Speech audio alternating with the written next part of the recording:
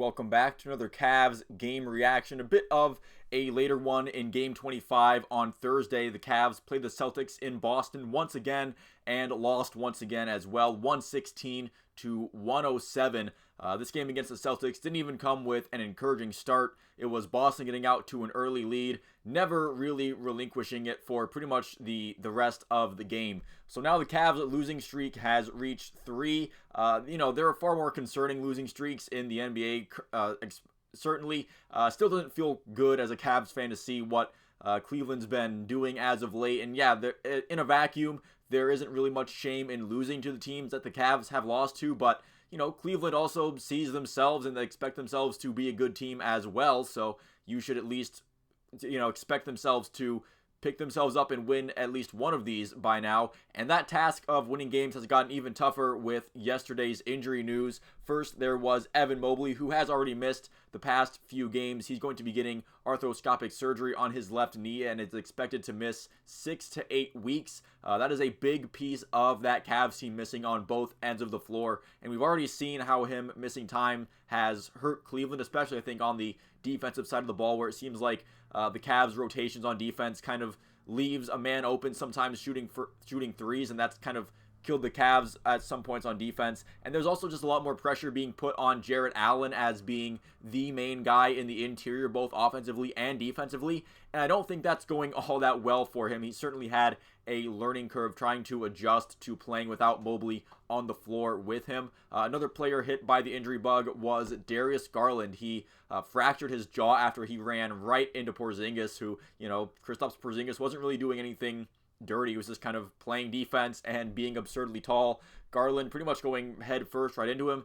Seems like Garland just gets into a lot of head injuries, like maybe not necessarily concussions, but it seems like he gets hit in the face every other game or has to leave and come back for some kind of mask, and then this one's going to keep him out for a while with the fractured jaw.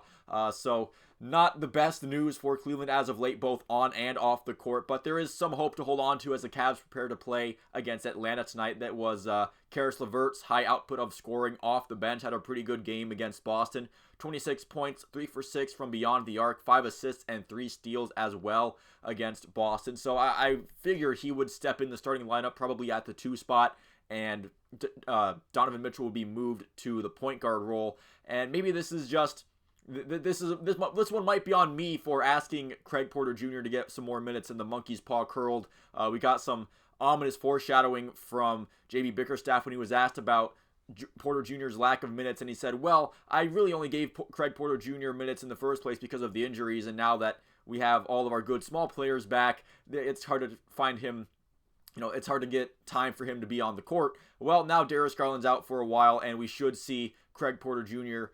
get a more consistent role on the floor once again. I think there could have been a reality where Craig Porter Jr. gets more minutes while Darius Garland was still healthy, but I guess that's just me and not the opinion of the actual basketball coach. I will say the Cavs season definitely feels like it's in a fragile place right now. They're 13-12, just one game above 500, and now with a couple of young starting pieces missing long term, it's going to be on the remaining players to step up. And I feel like this might be where JB's weaknesses could be popped up the most when it comes to putting together a better rotation, even with some of your guys missing, where I feel like a lot of the times the Cavs win off of the back of just their talent and not necessarily off of a carefully crafted game plan that's sustainable. But and now that all the talent isn't all there, some guys, again, they're going to have to step up. Although this does clear the way for Donovan Mitchell to be the true primary ball handler on the court, where it always feels like a bit of a weird dynamic when him and Darius Garland are on the floor at the same time, where they're both used to always having the ball and having the offense run through them.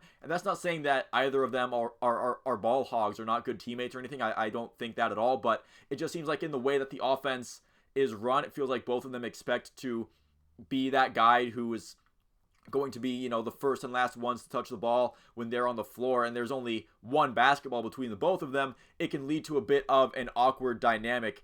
Maybe and Donovan Mitchell having that opportunity where he gets the point guard minutes and he gets to be that guy who can have that dominant ball possession. Maybe that opens up Donovan Mitchell's game even more. Maybe I'm just trying to find some hypothetical positives in this. Maybe this is some copium. Hopefully, though, we'll get to see some real tangible positives for the Cavs tonight when they play the Hawks. Although, it could get bad quick for this season if the next few games don't see an improvement in terms of the recent win-loss record. And hopefully the Cavs can find a way to put together a run despite some of their recent injury issues as well. But that's going to do it for this video. Thank you so much for watching. If you did make it this far into it, feel free to leave a like and subscribe if you enjoyed the video and you'd like to see more like it. I cover some other teams in Ohio. Maybe you like those videos as well. If you enjoyed this one, you can let me know down in the comments below how the Cavs can overcome the recent injury bug and get some better results as the schedule gets a little bit easier. But once again, thank you for watching, and I will see you at the next one.